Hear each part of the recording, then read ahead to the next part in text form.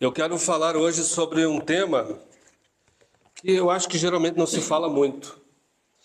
Quero falar sobre adultério hoje, tá?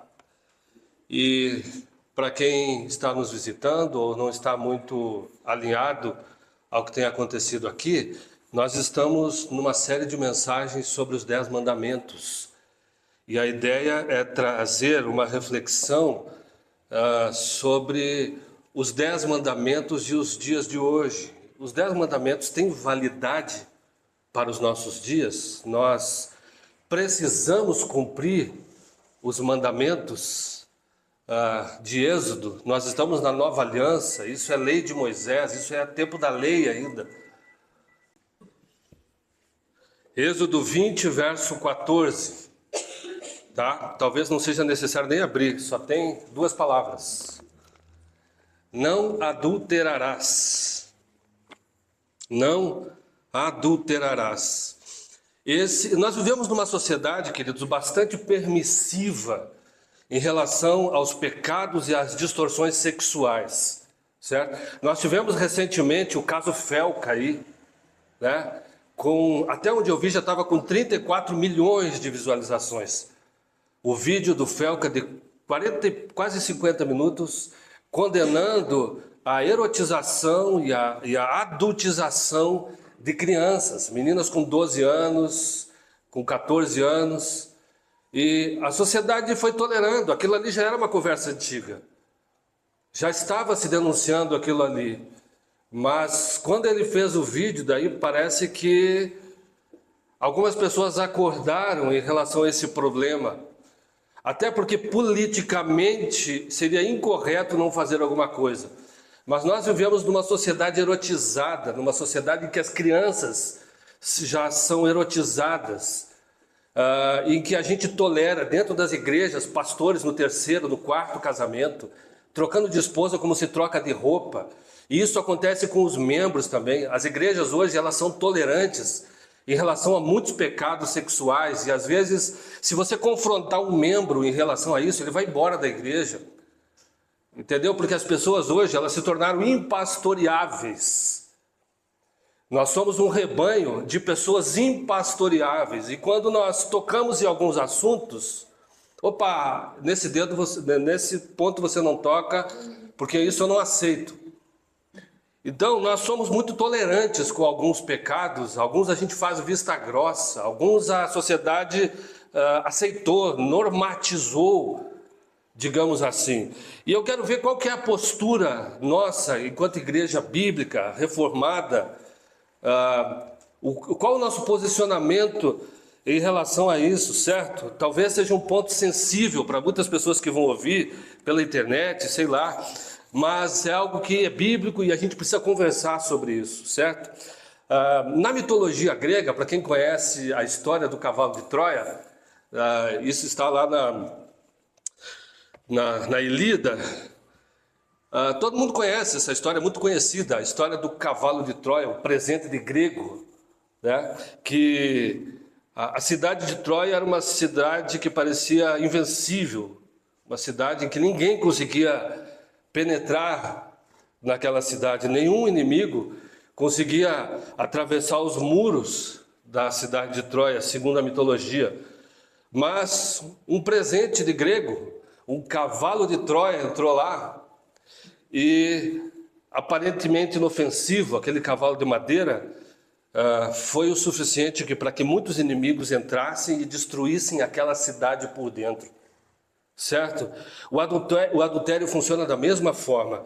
É uma brecha escondida que derruba famílias, que destrói casamentos, que destrói reputações, que abre espaço para o inimigo dentro do nosso coração. O adultério é um problema terrível, certo? E o 7º mandamento, ele trata diretamente dessa questão. É uma proteção à família, é uma proteção à sociedade como um todo, e é uma proteção da nossa relação com Deus. Porque quando nós adulteramos, nós também pecamos contra Deus. Nós pecamos contra o Senhor. O adultério, gente, é muito mais do que um pecado conjugal. Ele é uma quebra da aliança. Ele é uma quebra da nossa aliança com Deus. também, ele é algo muito sério. Ele quebra a nossa aliança tanto com o cônjuge quanto com Deus. E na Bíblia, quando nós paramos para estudar esse assunto, o casamento é um reflexo da nossa relação com Deus. Se você ler Efésios 5, por exemplo, você vai ver em outros textos que o casamento é um reflexo da nossa relação com Deus. Para vocês terem uma ideia, Israel é retratado diversas vezes no Antigo Testamento como a esposa infiel. E no Novo Testamento, como a igreja é conhecida? A noiva de Cristo. A noiva que Cristo há de buscar, que Cristo virá para buscar, para celebrar as bodas. Então o casamento ele é um reflexo da relação, nossa relação com Deus, da relação da igreja com Deus, é um reflexo da aliança que Israel tinha com Deus. Tudo é retratado no casamento. Então, fidelidade no casamento e em relação ao nosso cônjuge e a fidelidade espiritual caminham juntas. Caminham juntas. E quando se quebra a aliança conjugal, também se fere a nossa aliança com Deus. Esse mandamento, ele nos ensina, gente, que a aliança do casamento ela é uma aliança indissolúvel. A aliança feita no casamento é indissolúvel diante de Deus. Se você ler Gênesis 2:24, o texto vai nos ensinar que ambos eram uma só carne. E Jesus vai complementar esse texto dizendo: o que Deus juntou, não separe o homem. O casamento é uma aliança indissolúvel. Nas sociedades antigas, o casamento, dessa forma, esse mandamento era uma proteção. Aqui comigo, pessoal.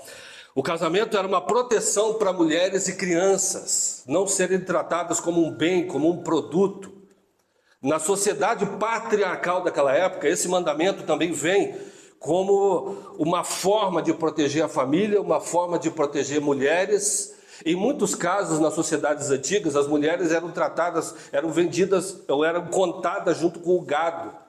Esse mandamento da lei de Moisés traz dignidade para a mulher, porque a mulher é parte da aliança. A mulher não é um produto, a mulher não é um bem, a mulher ela é uma carne só com o seu esposo, e esse mandamento protege até socialmente a sociedade, protege crianças. Se hoje a gente já vê abandono de famílias, imagina numa sociedade como aquela, patriarcal, com outro tipo de pensamento. Gente, nós não podemos ler esse texto com óculos de século 21.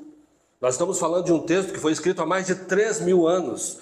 E esse texto é um texto que traz dignidade para a mulher. Muitas vezes as pessoas olham para a Bíblia com óculos de século 21, dizendo: não, o texto é machista, é patriarcal, é isso e aquilo. Mas nós estamos falando de uma sociedade de 3.000 e poucos anos atrás. Então a gente precisa tomar cuidado quando lê a Bíblia com óculos de século 21. O casamento na Bíblia também é um símbolo do Evangelho. A infidelidade ela é uma profanação contra o próprio Evangelho de Jesus Cristo. A igreja ela tem sido palco de tantos escândalos nessa área, de tantas brigas, de tantos escândalos. Agora a gente tem o caso recente aí do pastor de calcinha, né? A igreja se tornou palco de blasfêmia, tantos escândalos nessa área. Voltando aqui para o 7º mandamento, na lei de Moisés, gente, o adultério era colocado junto com outros pecados sexuais graves. Ele era contado junto com o incesto, que é a relação sexual entre parentes. Ele era contado junto com a prostituição, com a homossexualidade e com a bestialidade, que é o caso de relação de pessoas com animais. Você preste atenção de Levítico, livro de Levítico, capítulos 18 a 20, há uma relação de pecados sexuais. E o adultério é tão grave quanto os outros. E hoje em dia nós condenamos os homossexuais, por causa do pecado do homossexualismo. Mas como nós somos héteros, né, então a gente pode pecar e adulterar, que o nosso pecado não é visto da mesma forma, mas é pecado. É tudo pecado. Não tem ninguém pior que o outro aqui. Tem pastores adúlteros aí, tem membros de igrejas adúlteros, tem mulheres adúlteras dentro da igreja. Mas isso não é tão grave assim, né? Muitas vezes a gente leva dessa forma. E isso mostra, gente, que o sexo, ele é um assunto que precisa ser conversado dentro das igrejas. Nós precisamos tratar isso de forma muito clara, sem preconceito, como podemos usar essa palavra? E o sexo foi criado para a aliança do casamento. Foi criado por Deus como uma bênção dentro do casamento. E antes da lei de Moisés ser escrito, antes dos 10 mandamentos serem escritos, o adultério já era considerado um pecado grave. Se você ler o assédio que José do Egito sofre pela esposa do seu patrão, o Potifar, você vai perceber que José foge e ele diz assim, no texto ele vai dizer, olha, o meu patrão me confiou todas as coisas, os seus bens, os seus empregados, a sua casa. Como que eu vou cometer tamanha crueldade e pecaria contra Deus? Já era considerado um crime grave e um pecado contra Deus antes da lei ser dada a Moisés. O adultério, biblicamente, ele sempre foi um crime contra Deus e contra o próximo. Agora, quando nós olhamos para os pecados sexuais na Bíblia, nós não encontramos, gente, nenhum caso real de alguma execução por conta desse tipo de pecado. A lei, para esses pecados, gente, a lei mandava apedrejar. Era um crime hediondo que devia ser punido com a pena de morte, o adultério. Mas não há nenhum caso bíblico em que a gente possa ver isso, a não ser aquela mulher, João 8, que foi apanhada em adultério e levada a Jesus para ser apedrejada. Mas eles não estavam interessados na justiça da lei de Moisés. Eles estavam interessados em apanhar Jesus em alguma falta, porque se tivessem interessados em justiça, a justiça de Deus, eles teriam levado o homem junto.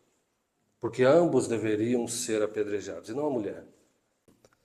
Então não há nenhum caso na Bíblia de uma execução real por conta desses pecados. Nós temos um caso muito clássico na Bíblia, que é o caso de Davi. O adultério dele com Betseba, né? Um rei forte, um rei poderoso, um rei que sabia lutar. A Bíblia o chama de o homem segundo o coração de Deus, que deveria estar na guerra naquele momento, mas ele estava em casa numa tarde de maneira ociosa, e ele abre uma brecha também e fica observando uma mulher tomar banho, e ele Davi quebra 3 mandamentos, que é o da cobiça, que o do adulterar, o próprio ato em si, e também o ato de mandar matar o esposo da mulher com quem ele adulterou. Ela veio a ficar grávida dele por conta desse adultério. Só que esse pecado, embora Davi não tenha sofrido as consequências da lei, a Bíblia mostra que Deus não deixou esse pecado impune. O texto de 2 Samuel 11, 27 diz que Davi fez o que era mal aos olhos do Senhor. Deus viu o que Davi fez. Davi fez o que era mal aos olhos do Senhor. E Deus envia um profeta que percebe tudo e confronta Davi por conta do seu pecado. E Davi vai sofrer, ele e a sua família, sérias consequências por conta desse pecado. O texto de Samuel diz que a espada jamais se apartará de dentro da tua casa. A casa de Davi nunca mais teve paz por conta disso. O filho, fruto do adultério, morreu. A família de Davi teve sérias consequências por conta disso. Você ler a história de Aminon, de Absalão e de Adonias, mortes, estupros, assassinatos. Esse pecado gerou uma brecha muito grande dentro da casa e da família de Davi. Davi não foi executado também, gente, porque Davi se arrependeu profundamente do seu pecado. Davi se arrependeu diante de Natã do pecado de adultério. E Deus o perdoou, Deus perdoou o pecado de Davi. Porque a graça de Deus, gente, ela é imensurável. A graça de Deus não tem tamanho. Embora isso tenha manchado radicalmente a biografia de Davi, Deus o perdoou e Davi continuou sendo. Então nós precisamos sempre olhar essas situações na perspectiva da graça de Deus quando há arrependimento. Gente, Jesus ele vai reinterpretar esse mandamento. Eu tenho falado aqui sobre como Jesus leu a lei, como Jesus lia a lei. Jesus ele não vai deixar pouco, ele não vai dar uma amenizada no mandamento não, tá? Jesus vai tornar esse mandamento mais radical ainda, tá? Jesus vai lá na raiz desse mandamento. Eu vou ler aqui o texto, Mateus 5, 27. Vocês ouviram o que foi dito, não adultere, mas eu digo que qualquer que olhar para uma mulher e desejá-la, já cometeu adultério com ela no seu coração. Se o seu olho direito o induz a pecar, arranque-o e lance-o fora, pois é melhor perder uma parte do teu corpo do que todo ele ser lançado no inferno. E se a sua mão direita o induz a pecar, corte-a e lance-a fora, pois é melhor perder uma parte do seu corpo do que todo ele ir para o inferno. Jesus ele vai tratar com o mandamento do adultério de uma maneira muito radical. Ele vai dizer que o adultério começa no olhar. Ele vai dizer que o adultério começa no coração. Ele vai dizer que o adultério começa na mente. Ele vai dizer que o adultério já começa nas nossas motivações e nas nossas intenções mais íntimas. E Jesus diz: arranque o pecado da tua vida, custe o que custar. Jesus não estava falando literalmente de tirar a mão, de arrancar a mão. Mas ele está falando, custe o que custar, arranque o pecado da tua vida. Hoje em dia, gente, nós temos uma modalidade diferente de adultério, que é o adultério digital. Nós podemos começar simplesmente curtindo aquela imagem daquela pessoa que está lá às vezes se expondo. Nós podemos colocar um emojizinho lá, certo? Pode não parecer, mas nós vamos abrindo brechas. Flertar com algumas pessoas, trocar mensagens. Eu e Érica, nessa caminhada ministerial como pastores, nós já atendemos praticamente todo tipo de casos. E eu lembro de um rapaz, houveram 2 casos nesse sentido, mas um rapaz que se apaixonou, casado, que se apaixonou por uma colega de trabalho. Foi uma paixão, nem a mulher sabia, mas foi uma coisa mais emocional. Mas veio conversar com a gente sobre esse assunto, uma pessoa que o tratava muito bem. E ele começou a ter uma proximidade com ela, não consumou, não teve nada. Mas houve o pecado, no coração houve, porque tinham pensamentos já. Relações afetivas, emocionais online, né? É muito comum hoje, que nos levam a pecar no coração, a entrar no pecado de adultério. A pornografia, que se multiplicou sobremaneira com a internet, pessoas casadas vendo esse tipo de conteúdo em aplicativos de relacionamento, flertando com outras pessoas. Então, ao adultério digital, e como crente a gente não pode cair nessas ciladas, é adultério também, é pecado contra Deus isso. É pecado contra o nosso cônjuge. E Paulo vai colocar, gente, o adultério na categoria... O adultério é um tipo de pecado em que a pessoa é excluída do reino de Deus, se não houver arrependimento. Paulo diz, e o Apocalipse também diz, que os adúlteros não herdarão o reino de Deus. A Bíblia fala, e Paulo vai dizer na sua carta aos Coríntios, primeira carta, capítulo 6... que o corpo é um templo do Espírito Santo E que aquele que se aliança sexualmente com outra pessoa, ele vai dizer assim: como é que vocês vão ter relações com uma prostituta? Vocês não sabem que aquele que se une a uma mulher dessa forma, ele se torna uma carne só com ela? Como é que você vai pegar o teu corpo e tornar ele um só com o corpo de uma prostituta? Tamanha seriedade, com tamanha seriedade é tratado o pecado sexual na Bíblia. Hebreus 13:4 fala que Deus vai julgar os adúlteros. Deus há de julgar os adúlteros. Esse é um pecado grave contra a família, contra o nosso corpo, contra o nosso cônjuge, contra Deus, é um pecado contra a igreja, mas é um pecado tolerável nos dias de hoje. Até há pouco tempo, por exemplo, a pornografia era tratada como um problema masculino, mas hoje já se sabe que a pornografia foi normalizada, ela se tornou acessível a todos, e que as mulheres hoje, nesses sites de conteúdo pornográfico, por exemplo, entre 30% e 40% dos consumidores são mulheres. Já deixou de ser um problema masculino a questão da pornografia, certo? Agora, eu quero entrar numa outra situação aqui, tá? Quando há o adultério, quando há o problema, quando se tem que lidar com essa questão, pastor, e o divórcio? O divórcio, quando que o divórcio é permitido biblicamente, certo? Embora a sociedade tenha normalizado o divórcio, a Bíblia também trata esse assunto, gente, de uma maneira muito firme, certo? E a Bíblia trata o divórcio como uma questão proibida, tanto no Antigo Testamento quanto no Novo Testamento, exceto em algumas situações que eu vou mencionar aqui também. Mas é importante a gente dizer que a Bíblia trata radicalmente com esse assunto também, tanto no Antigo Testamento quanto no Novo Testamento. Para um cristão, digamos assim, o adultério é proibido, perdão, é proibido mesmo. O divórcio é proibido, certo? Para aqueles que se uniram em Cristo. A Bíblia diz que os casados são uma só carne, e Jesus diz que aquilo que Deus juntou, não separe um homem, certo? A Bíblia trata também da questão do divórcio de uma maneira tão séria, que ela diz que o casamento de um divorciado, eu sou divorciado, por exemplo, se eu me casar com outra pessoa, dependendo da maneira como eu me divorciei, isso também é adultério.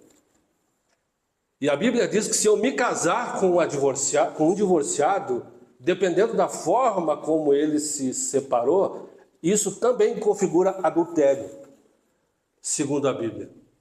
Certo? De tão sério que a Bíblia trata com esse assunto. Eu quero ler com você Malaquias. Malaquias capítulo 2. Olha o que diz o texto. Eu vou ler a partir do verso 15. Acaso Deus não os fez um, com uma porção do Espírito que lhe pertence? Acaso Deus não os fez um, com uma porção do Espírito que lhe pertence? E que o único Deus, e o que o único Deus deseja? Uma descendência dedicada a Deus. Portanto, tenham cuidado para que ninguém seja infiel à mulher da sua mocidade. Eu odeio o divórcio, diz o Senhor. Certo? Deus fala no Antigo Testamento que eu odeio o divórcio, porque o projeto inicial de Deus para o homem não foi esse, até que a morte os separe, certo? E Jesus vai falar também isso que eu disse, se você quiser ler depois, Mateus 5, 31 e 32, e Mateus 19, 9, a respeito do divórcio. Então, quando o divorciado se casa, dependendo da situação com que ele se divorciou, isso pode configurar adultério. E quando uma pessoa se casa com uma outra pessoa divorciada, dependendo da forma como esse divórcio aconteceu, isso também pode configurar adultério, segundo as Escrituras. Então, diante de Deus, a gente sabe que o casamento é indissolúvel, certo?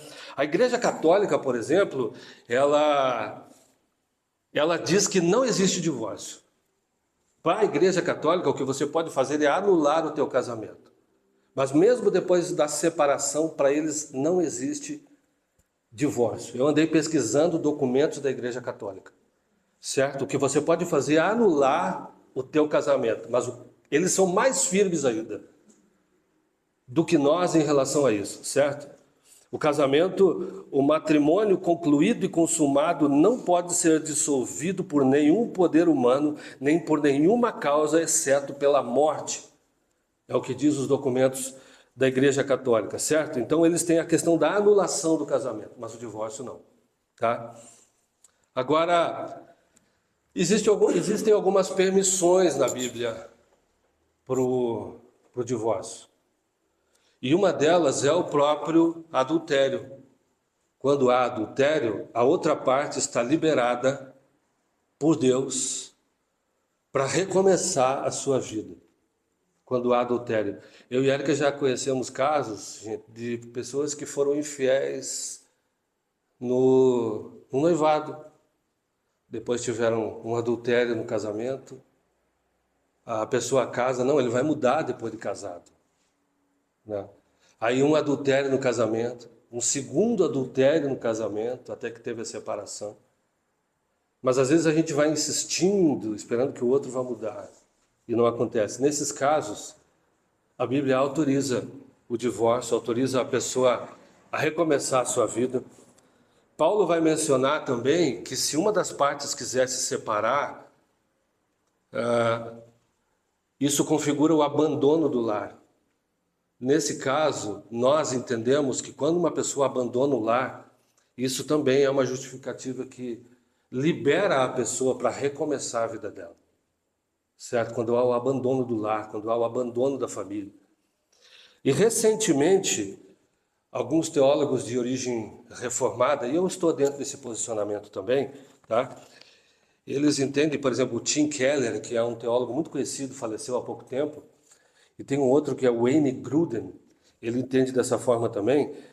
Eles passaram a entender que relacionamentos abusivos, onde há violência dentro do lar, onde há violência física, onde há violência psicológica, onde há agressão, onde há, mesmo com a pessoa presente, um abandono da família, onde o cônjuge se torna uma pessoa perigosa de conviver, e em alguns casos o uso da droga, o uso do álcool. Esses teólogos entendem que isso também é uma quebra da aliança, sendo justificado o caso de separação nesses casos. Gente, fora isso, a Bíblia não autoriza o divórcio, certo? Nas décadas passadas, as igrejas faziam que as mulheres continuassem casadas com homens que às vezes batiam, que eram violentos fisicamente. Não, porque tem que segurar, porque o cara vai se converter ao casamento missionário, né? Mas hoje já há uma mudança de entendimento. Se entende que isso também é quebra da aliança. Vale lembrar que no casamento, muitas vezes a gente olha para esse texto assim, as feministas do dia de hoje, elas olham com os olhos tortos para aquele versículo assim que dizem que a mulher tem que ser submissa ao marido. Mas muitas vezes a gente tira esse verso de contexto e esquece que no mesmo texto fala que o homem tem que amar a sua mulher como Cristo amou a igreja e deu a sua vida por ela. Há um mandamento para os dois ali. O homem não tem o direito de maltratar a sua esposa. E a Bíblia fala em Pedro que aquele cara que trata mal a sua esposa, a Bíblia fala que nem as orações dele são ouvidas. Então, quando você tem um cônjuge que é violento, que é agressivo, onde há risco de vida, risco para a família, isso se configura também numa quebra da aliança diante de Deus, certo? E nesse caso se justifica então a separação. Pastor, e quando que eu posso casar de novo? Eu posso casar de novo? Quando que eu posso casar de novo? O apóstolo Paulo fala que o novo casamento, gente, ele é permitido no Senhor. No Senhor. Com alguém que compartilha da mesma fé que você. Às vezes eu vejo o povo falar assim, não, ele não é crente, mas ele é uma pessoa de um caráter. Ele é tão bom, olha, ele vai... Se aquele ali não for para o céu, tem um monte de crente que não vai para o céu. Então, se aquele ali não for para o céu, uma pessoa boa, uma pessoa íntegra. Gente, o critério não é esse. O critério não é esse. anda com Cristo, nasceu de novo, Paulo libera a pessoa para casar, contanto que seja no Senhor. E nessa caminhada como pastor, nós já vimos muitas vezes uma pessoa se unir a um não cristão e essa pessoa tira ele da fé. Tira a pessoa da fé. Isso acontece. E acontece bastante. Tá? Então o casamento tem que ser com outro crente. Tá bom? Eu ainda quero falar de um outro tipo de adultério agora. Certo? Que é muito presente na vida da igreja. Que é o adultério espiritual. Existe um tipo de adultério que a Bíblia diz que é adultério espiritual. Quando nós olhamos para Israel, Israel vai ser confrontada o tempo todo como a mulher infiel. Você pode pegar Jeremias 23, ele olha na pregação dele e aponta para Israel e diz: a terra está cheia de adúlteros. Israel se tornou uma esposa infiel e uma esposa adúltera espiritualmente.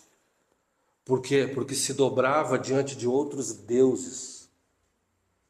Se prostrou diante de outros deuses, quebrando o primeiro e o segundo mandamentos. O adultério, gente, na Bíblia, ele é usado de uma maneira metafórica para falar da nossa vida espiritual, certo? O adultério, ele é uma infidelidade à aliança. Muitas vezes eu estou na igreja, eu me batizei, eu professei a Cristo, eu participo da ceia, mas eu vivo uma vida dupla, eu vivo uma vida em pecado, o meu linguajar é um linguajar sujo, eu sou desonesto, eu trato as pessoas aí fora como um ímpio, eu trato a minha família como um ímpio. A Bíblia fala de adultério espiritual. Uma pessoa que vive em pecado está vivendo também o adultério espiritual, porque quebra a aliança com Deus a todo momento. E vive não se arrependendo, mas como se isso fosse normal. É a tal vida dupla. Uma pessoa que vive dessa forma, ela vive em adultério espiritual, porque ela convive com o pecado normalmente. E o pecado, gente, o pecado é morte. A Bíblia diz que o pecado leva à morte. E a Bíblia diz que quem peca e peca deliberadamente está morto espiritualmente e afastado de Deus. Há um tipo de adultério que é esse adultério espiritual. O Tiago vai dizer na sua carta, em Tiago 4,4, ele vai dizer o seguinte: adúlteros, vocês não sabem que a amizade com o mundo é uma infidelidade contra Deus? A amizade com o mundo é inimiga de Deus. Crentes amigos do mundo, crentes que vivem segundo os padrões desse mundo, crentes que não renovaram a sua mente, são inimigos de Deus. Podem estar dentro da igreja, mas são, na prática, inimigos de Deus. É o que diz Tiago 4,4. Aquele que quiser ser amigo do mundo, constitui-se inimigo de Deus. Certo? Então, há um adultério espiritual que se aplica à idolatria, a uma vida de desobediência, ao abandono da fé. Jesus fala, e o Novo Testamento nos adverte que nos últimos dias muitos apostatariam da fé. Isso é infidelidade espiritual. Então Deus nos chamou, gente, prestem bem atenção no que eu vou falar. Deus nos chamou para uma vida santa. Deus nos chamou para uma vida consagrada. Deus nos chamou para viver no meio dessa geração imunda que vive em pecado. Deus nos chamou para ser como nazireus. Deus nos chamou para viver de uma outra forma, para ser um povo santo, separado, e a Bíblia fala que nós somos sacerdotes nessa nova aliança. Deus não nos chamou para o pecado, Deus não nos chamou para a impureza, Deus não nos chamou para as relações sexuais ilícitas, Deus não nos chamou para viver uma vida de vícios, Deus não nos chamou para viver uma vida na pornografia, Deus não nos chamou para viver uma vida no adultério, Deus não nos chamou para viver uma vida na desonestidade. A marca do crente tem que ser a santidade. É o que nos separa do mundo. O Senhor nos separou. Quando você foi selado pelo Espírito Santo, você foi separado por Deus e consagrado para viver uma vida diferente. Andar na contramão desse mundo. Na contramão desse mundo. Gente, se o pecado não causa horror em você, se você não fica anojado com o pecado que a gente vê nos outros dias, alguma coisa está errada. Se o pecado não te incomoda quando você mente, quando você pratica outras pecadinhos, isso tem alguma coisa errada. É porque espiritualmente nós já estamos mortos. Se o pecado de falar mal do outro não me incomoda, se o pecado da fofoca não me incomoda, se os pecados sexuais não me incomodam, se esse tipo de situação não me incomoda, a minha aliança com Deus pode estar quebrada e eu nem estar percebendo isso. Você já bateu no morto? Acho que não, né? Ele não sente dor. Muitas coisas não nos incomodam. E eu quero dizer que Deus nos chamou para viver uma vida nova. Deus nos chamou, gente, para viver com a lâmpada acesa. É a tal da história das virgens, prudentes e imprudentes. A nossa lâmpada precisa estar acesa. Precisa estar acesa. A nossa vida com Deus. O Paulo vai nos ensinar em Gálatas 5, do 19 ao 21, sobre as obras do Espírito e sobre as obras da carne.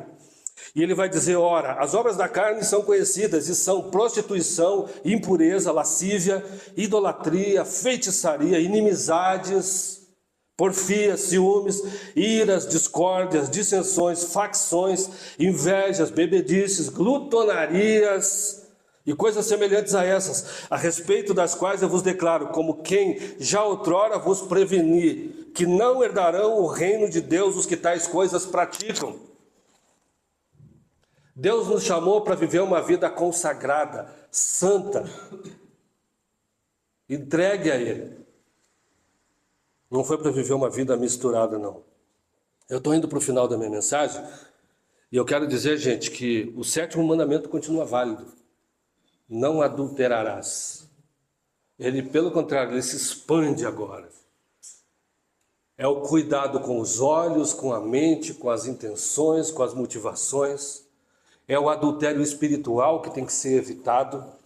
É uma vida santa. Deus nos chamou para viver numa contracultura, certo? E o cristão é chamado para viver em santidade, para ter uma mente santa e separada ao Senhor. A fidelidade, gente, é como uma muralha que vai proteger um jardim precioso, né? O Billy Graham dizia que é mais fácil evitar a tentação do que se levantar depois da queda. É melhor lutar contra a tentação do que ficar depois tentar se levantando da queda, né? E não é à toa que Jesus nos ensinou, gente, quando você recebe o Espírito Santo, ele te concede graça para você viver uma vida de fidelidade. Jesus nos ensinou a orar algo muito sério. Senhor, não nos deixe cair em tentação. Esse texto não está para decorar um verso da Bíblia. Não nos deixe cair em tentação. Isso tem que ser a nossa oração. Talvez o teu problema não seja adultério. Talvez você não tenha nenhum problema com isso. Mas você tem problema com a língua. Talvez você seja uma pessoa que tenha problema com a honestidade. Talvez você seja uma pessoa julgadora. Qualquer situação que acontece, eu já tenho uma sentença proclamada. Senhor, não nos deixe cair em tentação, mas livra-nos do mal.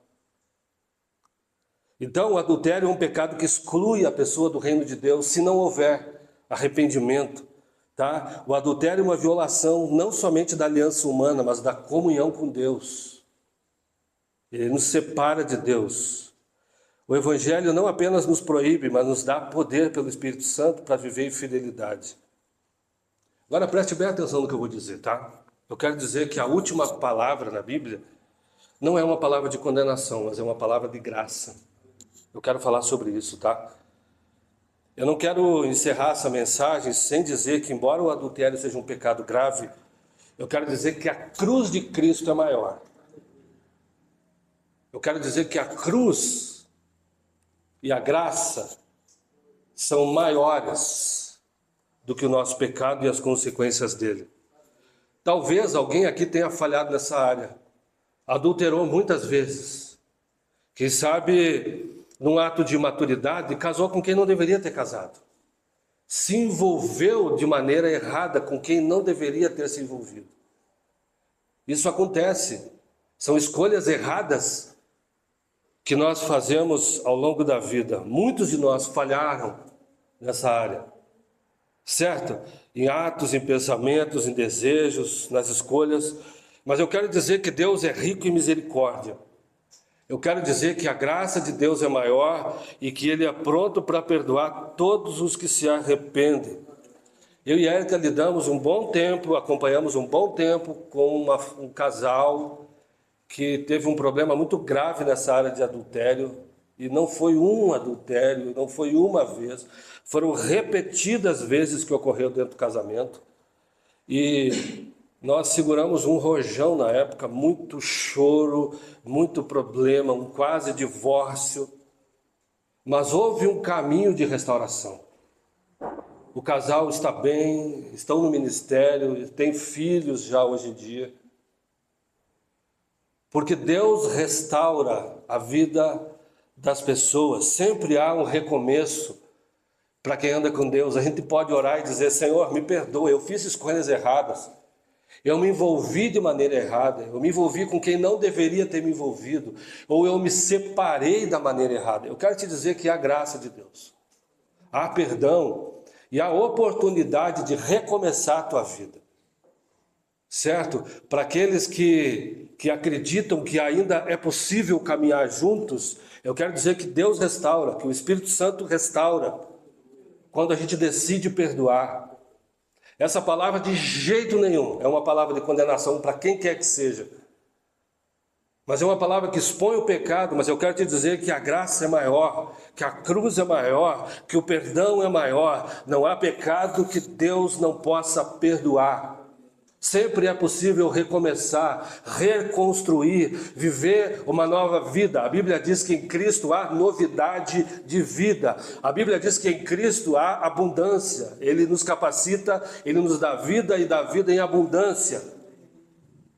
Isso é o Evangelho de Jesus Cristo. Não é o Evangelho da condenação, não é o Evangelho da culpa, não é o Evangelho da acusação. Muito embora nós somos chamados a viver uma vida de santidade. Davi caiu num pecado grave, mas ele se arrependeu. E ele continuou sendo chamado de um homem segundo o coração de Deus. Eu quero dizer que há um recomeço, sempre há. Não só para esse pecado, para qualquer pecado que nós tenhamos cometido. A Bíblia fala em 1 João, verso 7 do capítulo 1, que o sangue de Cristo nos purifica de todo pecado. O sangue de Cristo nos purifica de todo pecado. E é com esse verso que eu quero partir para o tempo de ceia. O sangue de Cristo nos purifica de todo pecado. Não só desse pecado, mas de todo pecado. Eu quero te dar 1 minuto para você orar. E quem sabe você nunca teve essa conversa com Deus. Dizer: Senhor, eu fiz escolhas erradas, tomei decisões precipitadas, agi porque eu não era cristão ainda, fiz isso de uma maneira diferente porque eu não era cristão, eu não te conhecia, ou eu não tinha entendimento. Eu quero te dar 1 minuto para a gente participar da ceia juntos.